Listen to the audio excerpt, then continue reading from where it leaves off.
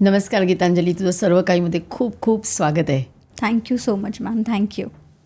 सध्या आपण बघतो ना की ज्यांचं पाळीव प्राण्यांवर खूप प्रेम असतं, म्हणजे जणू काही ते त्यांच्या कुटुंबाचा एक सदस्य असतात. बरोबर. पण एकीकडे असं पण बघितलं जातं की रस्त्यावरचे भटके कुत्रे आहेत किंवा अपंग, जखमी असे प्राणी आहेत, त्यांना विचारणारं कोणी नसतं. बरोबर. आणि तू मात्र त्यांच्यासाठी शेल्टर होम चालवतेस. तर तुझा काय अनुभव आहे? सगळ्यात पहिले खूप धन्यवाद की तुम्ही अशा काहीतरी स्टोरीला कव्हर करताय जिथे फारसं लक्ष दिलं जात नाही. खरं आहे ना? पण ते हो, खरंच आहे ते. आणि त्यासाठी पहिल्यांदा फारच मनापासून धन्यवाद. आणि मला असं वाटतं की जे काही पाळीव प्राणी असतात त्यांचं बघणारं किंवा त्यांचं करणारं तर असतातच ना लोक, पण रस्त्यांवरती जे प्राणी राहतात, जे काही त्यांच्यासाठी करणारं कोणीच नसतं. माणसांसाठी ॲम्ब्युलन्स येते पण प्राण्यांसाठी येत नाही, आणि त्यांच्या मागे पुढे बघणारं कोणी नसतं. तर मला असं वाटतं की तिथून ते साहस सुरू झालं, आणि ते साहस मी घेतलं, आणि आजपर्यंत 6 वर्ष झाली. आज त्या साहसानेच मला इथपर्यंत आणलेलं आहे असं म्हणायला हरकत नाही. नाही, पण तू म्हणजे रस्त्यावरचे जे निराधार आहेत किंवा जखमी आहेत, अपंग आहेत, मग त्यांना रेस्क्यू करतेस का? हो, रस्त्यांवरती जे प्राणी असतात, आता समजा तुम्ही जर एखाद्या ठिकाणी जाता आणि तुम्हाला एखादा जखमी प्राणी दिसला, तर तुम्ही आमच्यासारख्या एनजीओला कॉल करता, आम्ही तिथे येतो, त्या प्राण्याला उचलतो, आमच्या एनजीओमध्ये घेऊन जातो आणि free of cost treatment provide करतो. आणि क्वालिटी ऑफ लाईफ असेल त्या ॲनिमलची तर आम्ही त्याला त्याच जागी परत सोडतो. जर क्वालिटी ऑफ लाईफ नसेल तर आम्ही आयुष्यभर त्या प्राण्याला सांभाळतो. मग पहिली तुझी रेस्क्यू स्टोरी काय आहे? साहस अशा प्रकारे सुरू झालं. माझं आत्ताचं जे पेट डॉग आहे, ज्याचं नाव शेरू आहे, तिथून ते साहस मी सुरू केलं. आम्ही पावसाचे दिवस होते, मी आणि माझा भाऊ कॉलेजमधून घरी येत होतो, आणि रस्त्याच्या साईडला जिथे कचराकुंडी असते त्याच्या साईडला एक डॉग मरून पडलं होतं, आणि जिच्या साईडला तिची पिल्लं बसली होती. त्यांना माहीतही नव्हतं की त्यांची आई गेलेली आहे. आणि मला तिथून माझा पाय निघाला नाही, आणि मला असं झालं की आपण काहीतरी केलं पाहिजे. मग आम्ही त्यांच्या आईला थोडंसं साईडला ठेवलं आणि ती पिल्लं उचलली, घरी आलो, आणि प्रत्येक महाराष्ट्रीयन आईचं जसं रिॲक्शन असतं तसंच माझ्या आईचंही रिॲक्शन होतं की एक तर तुम्ही घरात राहाल, नाहीतर ही पिल्लं घरात राहतील, कारण तुम्हाला सांभाळते तेच माझ्यासाठी फार मोठं काम आहे, असं आईचं म्हणणं होतं. आणि मग त्याच्यानंतर आम्ही आईला रिक्वेस्ट केली, म्हणलं आपण ह्यांना ठेवूया.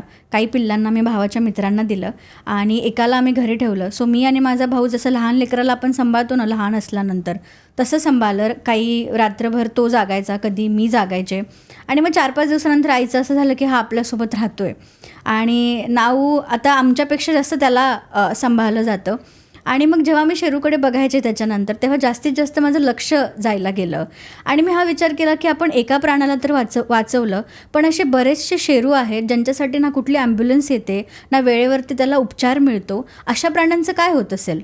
आणि मग माझ्या डोक्यामध्ये असा विचार आला की कदाचित अशी प्राणी रस्त्यांवरतीच मरत असतील, आणि ज्यांच्या आयुष्याला कदाचित काहीच किंमत नाही आहे. आणि मग मला असं झालं की नाही, आपण एखाद्या प्राण्याला वाचवले, आपण शेरूला घरात आणले, पण आपण आपल्या लेवलवरती अजून प्राण्यांसाठी काय करू शकतो, हा थॉट माझ्या डोक्यात आला, आणि तिथून साहस सुरू झालं. मग आता कोणकोणते प्राणी आहेत ज्यांची तू रेस्क्यू करते, की फक्त भटके कुत्रे किंवा त्यांच्यासाठीच आहे? आपल्या साहसमध्ये आपण डॉग्स, कॅट्स, गाई, बर्ड्स, आमच्याकडे घोडाही होता, आमच्याकडे माकडसुद्धा होतं. जे पण काही ॲनिमल आमच्याकडे येतं आम्ही त्याची इनिशियल ट्रीटमेंट करतो. बाकी आपल्याकडे वाईल्ड लाईफ अजून सुरू नाही आहे, मग आम्ही दुसऱ्या एनजीओला कोऑर्डिनेट करून देतो. माकड कुठून आलं? माकड आम्ही रेस्क्यू केलं होतं. त्याला इलेक्ट्रिक शॉक लागला होता, जेणेकरून ते पडलं होतं, आणि मग आम्ही त्याला रेस्क्यू केलं, आणि आम्ही त्याची ट्रीटमेंट केली, आणि मग परत आम्ही दुसऱ्या एनजीओला त्याला देऊन टाकलं. कारण अशा ॲनिमल्सला ठेवायचं म्हटलं तरी एक सुविधा लागते किंवा अपग्रेडेड गोष्टी लागतात एनजीओमध्ये, त्या अजून तरी आपल्या साहसमध्ये नाही आहेत. पण आता मध्ये मेसी आला होता, आणि वंतारामध्ये त्यांनी भेट दिली, आणि तिथे मला वाटतं वन्य प्राण्यांचं चांगल्या प्रकारे संगोपन वगैरे केलं जातं. त्यामुळे त्याला कुठेतरी जेव्हा अनंत अंबानींनी हे केलं आणि एवढा मोठा प्लेअर आल्यावर त्याला एक प्रकारचं ग्लॅमर मिळालं, बरोबर नाही का? पण सध्या परिस्थिती अशी आहे की व्यवस्थित वागवलं जात नाही प्राण्यांना सुद्धा. तर हा विरोधाभास का आहे? मॅम, लहानपणी आपल्याला इतिहास, भूगोल शिकवला जातो. कधी तुम्हाला माणुसकी शिकवली आहे का प्राण्यांबद्दलची?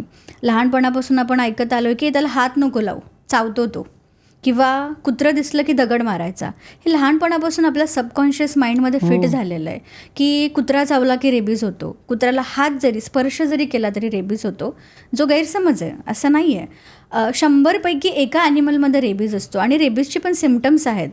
आणि मला असं वाटतं हो, म्हणजे ॲज अन इंडिव्हिज्युअल पर्सन लोकांना भीती असू शकते. त्याच्याबद्दल नक्कीच मी असं काही म्हणू शकत नाही की प्रत्येकाने प्राण्यांच्या बाबतीमध्ये तसंच राहिलं पाहिजे जसं आम्ही आहे. पण ॲटलिस्ट तुम्ही न्यूट्रल तरी राहिलं पाहिजे. तुम्हाला एखाद्या प्राण्यासाठी एखादी चांगली गोष्ट करता येत नसेल तर तुम्ही त्याला त्रास तरी देऊ नका. आणि आजकाल जे लोकांचं झालेलं आहे ना, की लोकांना पुरेसा अवेअरनेसच नाही आहे, की लोकांचं असं असतं की नाही आमच्या आजूबाजूला प्राणी असलीच नाही पाहिजेत, कुत्री असलीच नाही पाहिजेत.